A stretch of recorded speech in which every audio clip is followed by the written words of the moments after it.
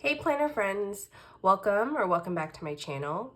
Today I'm going to be walking you all through my reading journal setup.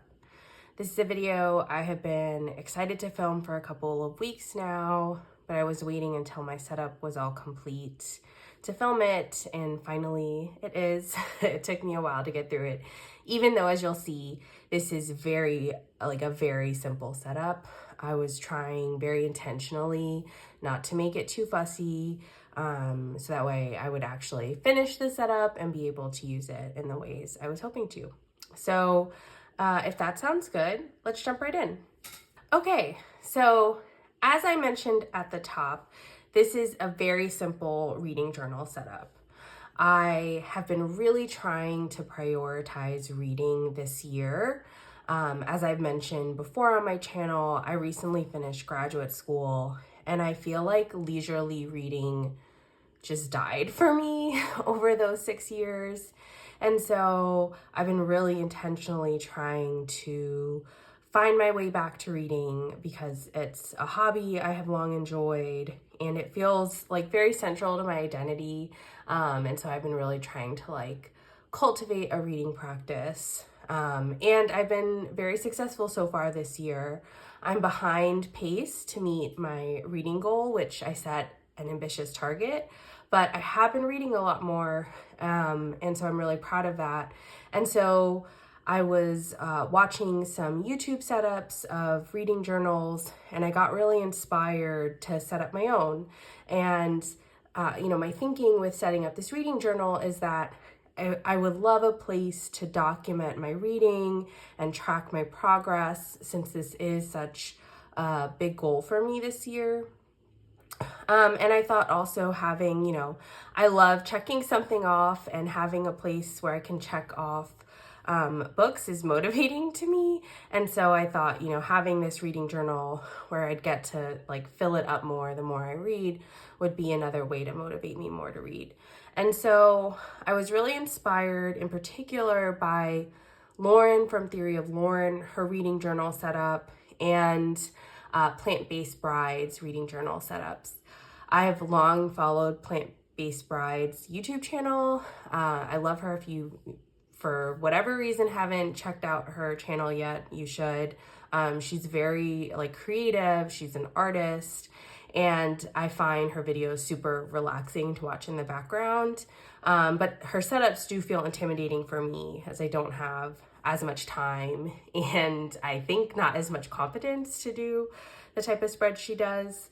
But that said, I saw Lauren's video a couple of months ago from Theory of Lauren, and she had a very bare bones setup. And it really just it was a very good reminder for me that it doesn't need to be very fancy or elaborate to be functional. And I really do think a reading journal would both be fun to look back on, but also motivating again to help me achieve my reading goals. So here we are. I got inspired. I bought this new notebook from Archer and Olive. This is the 8x8. I can't remember exactly which model this is, but I'll find the details and leave them down in the description box. But I picked up this new notebook. I've never bought an Archer and Olive notebook before, and so far I love it.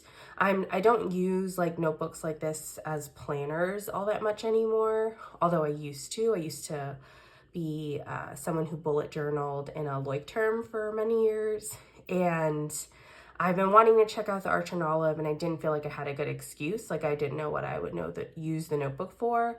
And so when I decided to set up a reading journal, I immediately went to their website and thought that this would be the perfect excuse to pick up one of these notebooks, because I've also been wanting to try this 8x8 size, which so far I really love. I really love this, especially for a journal that I don't take out of my house. This definitely stays in my office.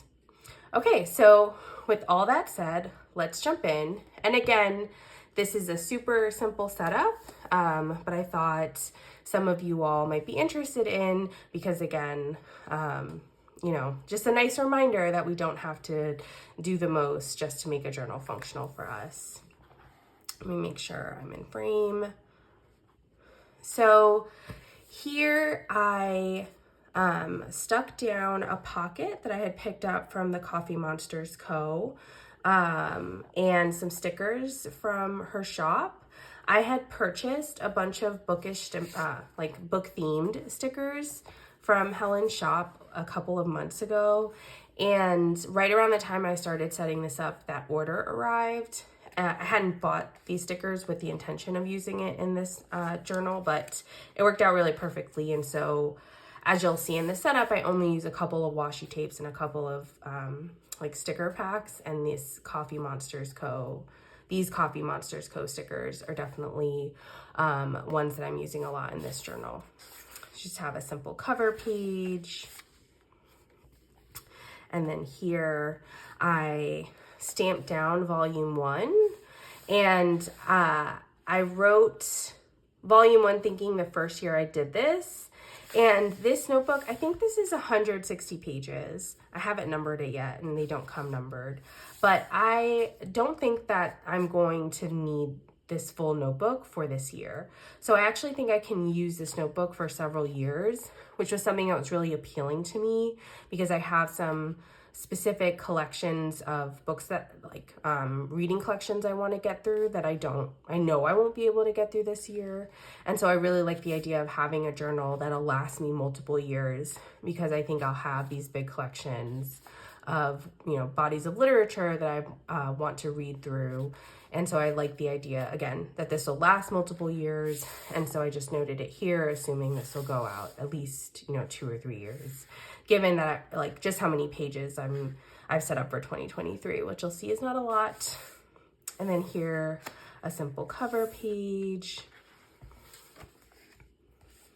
Here I did a grid spacing page, and then I swatched the washi tapes and the sticker packs that I was using for this setup. Again, I was trying to really simplify it, so I picked out just a couple of washi tapes. I couldn't decide, so I went with all 5, and then some stickers. I think these were from, I'll find the details. I know I picked these up at Journal Station. I just don't remember the name of the actual brand. And then these are from the Coffee Monsters Co. And yeah, so this is a grid spacing page. Here I have an index page where I thought I would index the multi-year collections that I'm setting up, like I mentioned. I haven't added anything here yet because I haven't gone through and numbered these pages yet, which I need to do. But I think this will be useful for me as I look back on some of the collections that I'm setting up with the expectation that I'll look back on. Here I set up a tracker to track my progress against reading my reading goals for this year. My goal is to read 50 books this year. I'm a bit behind pace.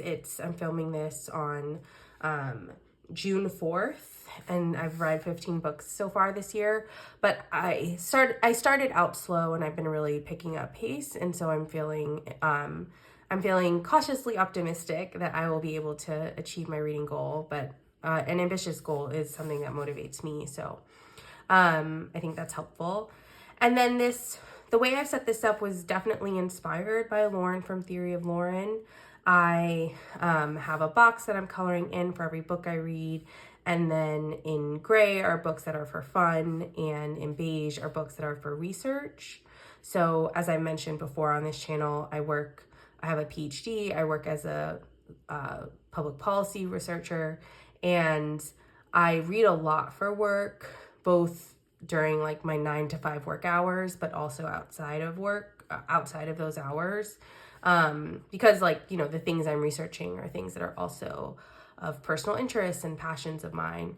And so I thought it would be fun, again, very much inspired by Lauren, to like document which of the books that I'm reading are also going to help me sort of reach my reading goals for research, because you know there's so many things, great works being published in my field, and I just can't keep on top of, like, especially books. I do read a lot of journal articles, and so I thought this would be a nice way to also track reading that overlapped with my research areas.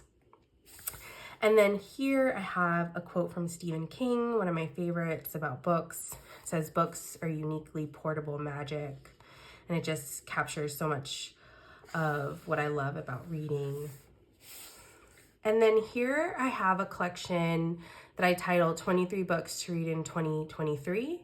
And here I was planning to list, or I'm going to list, 23 books that I really want to make sure I read in 2023, because I have a to be read list that will take me years to get through, and I'm constantly adding to it. And so I thought it would be nice to pick out the books that I'm sure I want to read this year and then track my progress against this list. And then here I have a more general books to be read list. I just realized that's books to read. Or I meant to write books to be read, but books to read is fine. And here is just a general to be read list. I'll throw anything on here, not even something specific I want to read in 2023, just a place to capture books to be read, or books I want to read. And I should also note that I track all of this stuff in Goodreads also, so I'm doing a lot of this tracking digitally. And so my plan is to update this journal like once a month. And by checking, things that I'm tracking in Goodreads. But I like having something more tangible to look back and reflect on, and also something more tangible to like track my reading of various types of collections I want to be reading through. And then here I have a 2-page spread that I thought would be fun.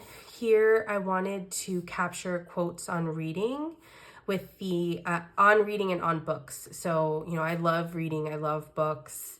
I want my house to look like a library. That's very much my personal vibe and aesthetic. And so every time I came across a good quote about why I love reading and why I love books, I thought it would be fun to capture it here. And then when this fills up, potentially create another collection of quotes on reading. I also did this because I wanted to integrate more quotes on reading like this one in terms of a full page spread, but realized I didn't have many that I had tracked anywhere or written down anywhere. And so that was the impetus for setting this up. And the first quote I added, I thought was very timely given the political conflicts in the United States over reading materials in schools. And it says, "The books that the world calls immoral are books that show the world its own shame," which I thought was very relevant right now, given the context in the U.S. where states and school districts are taking steps to limit or ban certain types of books and curricular material that, are critical of the United States, talk about race and racism, honestly, or talk about LGBTQ issues. And it's deeply problematic, so harmful. I won't get into it. I spent some time thinking about this in a professional capacity, and so it's been on my mind a lot, which is why this quote stuck out to me. So on this next 2-page spread, I've set up a collection I'm calling Reading the Greats. This collection was also inspired by the recent political conflicts. I know I just said I didn't want to talk about it too much, or I wasn't going to spend too much time on it, but it's been on my mind professionally. I've been thinking a lot about how these state and district level policies are going to affect students and families and teachers and communities. And also I've been reflecting on my own educational experience and really recognizing how little I was exposed to a more critical history of the United States, how little I was exposed to authors who are not representing the dominant perspective. And so as I've been reading the books that are being banned by school boards and at various levels of government, it was occurring to me that I haven't read some of these books. And, that thinking about that is what inspired me to set up this collection. And so I started with some books that I came across for whatever reason. Some of these, which are on list of banned books, which is really wild. Just wild in terms of I can't believe we're back here having these types of conversations. But that said, I've added a couple books. There's a lot more I want to sit down and add to this list, but my goal is to read through these books that, people are so scared of, and books that I wasn't exposed to as a kid, because I feel like I should have been exposed to them, and I'm upset I wasn't, and so now I want to rectify that. And will also, I think, put me in a position to have more like detailed, I don't know if that's the right word, but to be able to engage with people better about why these texts are not scary, why they shouldn't be banned, why we shouldn't be, limiting kids' access to these works. And so that is one project that I'm sure will be a multi-year project that I'm excited for. And then the next spread I have is called Reading for Research. So again, as I said, like there's a lot of books in my field, and people are putting out great work constantly, and I feel like I'm able to keep on top of journal articles better than books in my field. And so I'm really trying to be more intentional and reading books that are of interest to me and are relevant for my research for whatever reason. And so that's where I'm planning. Those are the types of books that I'm planning to capture with this collection.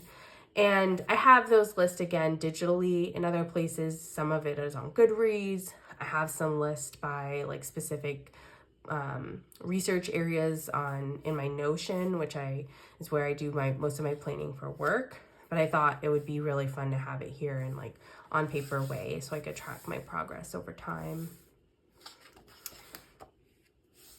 And then here we have two spreads. One that I thought would be fun and also motivating. So here I'm going to be tracking the books that I own but haven't read. I have lots of books in my house, and not a lot of them, but a decent share I haven't read. Like I feel like I just keep buying books, and I for a long time was using like purchasing as creating my to be read list, like having a physical to be read list. And because I have so many books that I want to read, I'm trying to read them first before I keep buying new books. And so my plan here is to try to like slowly catalog the books I own and haven't read, so I can try to motivate myself to like read one of the books I own instead of trying to justify another purchase. Although I don't feel too bad about spending money on books, but it is something like I have to track because I could easily spend a lot of money on books constantly. Then here's my book wish list, again in this theme of like wanting to, I think a piece of this is like me wanting to be more intentional in what when I'm buying books. But here I'm planning to track books I know I want to buy and to have in my collection for whatever reason. And so these can be books I haven't read, but I know I want to have in the house, like Toni Morrison's books. I want to own them. These are also like, I'm also planning to put books here that I have read that I know I want to own. So I listen to like a fair amount of books on audio. So I listen to them on the Libro.fm app, which I really recommend. I really like the app instead of using Audible. I've been trying to slowly divest from Amazon, although it's difficult because their reach is everywhere. That's an aside, but because I listen to a lot of books on audio and I'll check books out from the library, I will often like be reading something on my Kindle or listening to it and then thinking like, oh, I wish I had this. I wish I could mark this up. I wish I could come back to it like when I am thinking about it and want to find a quote. And so I'm planning to capture those books here. And then here I have a collection where I'm planning to document the books I read in 2023. And so this is going to be a 3-page spread. 3 pages will be just enough to get to 50. Fingers crossed I meet my goal. But I wanted to save the space to, again, encourage me to meet that goal. And so I've been printing out these pictures using my HP Sprocket. So I just copy I save the images from Google on my phone and create a little 4-square collage in the Sprocket app and print them out. And then I'll just save it on this sticky note. What I've been doing is writing books down that I have finished reading And as soon as I reach 4, I'll print something else out on my Sprocket. So that way I don't waste paper. And so yeah, that is how I'm planning to use these 2 spreads. I'm really excited to see how this fills up. I love the idea of having this like very visual and like physical representation of what I read this past year. And I should say, I have really enjoyed everything I have read so far. I'm very generous with ratings, but you can see like most of these are 4 and 5. So if any of these are on your to be read list, just hear me now. I think all of these books are really great. And then this is the last collection I've set up, which is a did not finish list. I'm really trying to stop feeling like I have to finish every book I start, just as a way to like keep my motivation to read in my personal time going. I like reading a book that is like I'm just slogging through and it's so rough will like drain my motivation and can be a real impediment. And so I'm really trying to like just stop listening, stop reading when I come across a book I didn't like. There were only 2 this year. But I thought like having a place to write them down would in some ways make it more motivating because, you know, I love checking things off a list. And so starting something that I don't finish, I just don't find like satisfying. And so I was thinking that like having a did not finish list could add that level of like, okay, I get to like check it off somewhere. And so that's what this collection is for. Oh, I thought, okay, so there's actually one more collection. This is the last collection, and this is a books challenge. This is from Book Riot, their 2023 challenge. And I came across this on Instagram, and I thought it would be fun to do. So I wrote it out. Here I have a checkbox for whether I read a book that meets any of the criteria. And then I'm planning to write it down here, what the book was. And so this is fun to look back at. And this has also been giving me some ideas of books I want to read or books I want to seek out. I feel like this has been a fun way for me to try to expand out of the types of books I read mostly. So yeah, that is the last collection. And then here my plan was, which I haven't done, but I wrote in a sticky note, was to divide up these pages with a pencil and then just use this for ongoing reading notes. I take some reading notes sometimes. If they're on a book that I'm reading that's related to my research, I often take those reading notes in my work planner or my work bullet journal.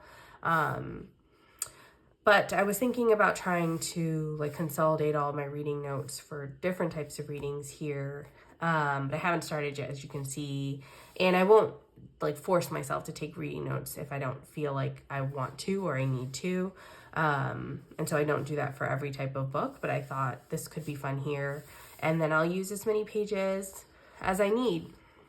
And then my idea here is, you know, like if another idea for a collection strikes, I'll just set it up and we'll go on from there. But as you can see, like, you know, I'm barely a quarter through this notebook. And so I don't anticipate I'll finish it this year. But again, that's a positive for me because I'm excited about the idea of having some collections that I get to look back over and get to use as a resource and a reference for several years. And so, yeah, that is my very simple reading journal setup in this beautiful Archer and Olive notebook. If you've hung out with me this long, thank you so much for taking the time. It's been fun to talk about this reading journal. It's been fun to set this up. If you have any questions, please feel free to leave them down in the comments below. And yeah, I hope you all have a good rest of your day. Bye now.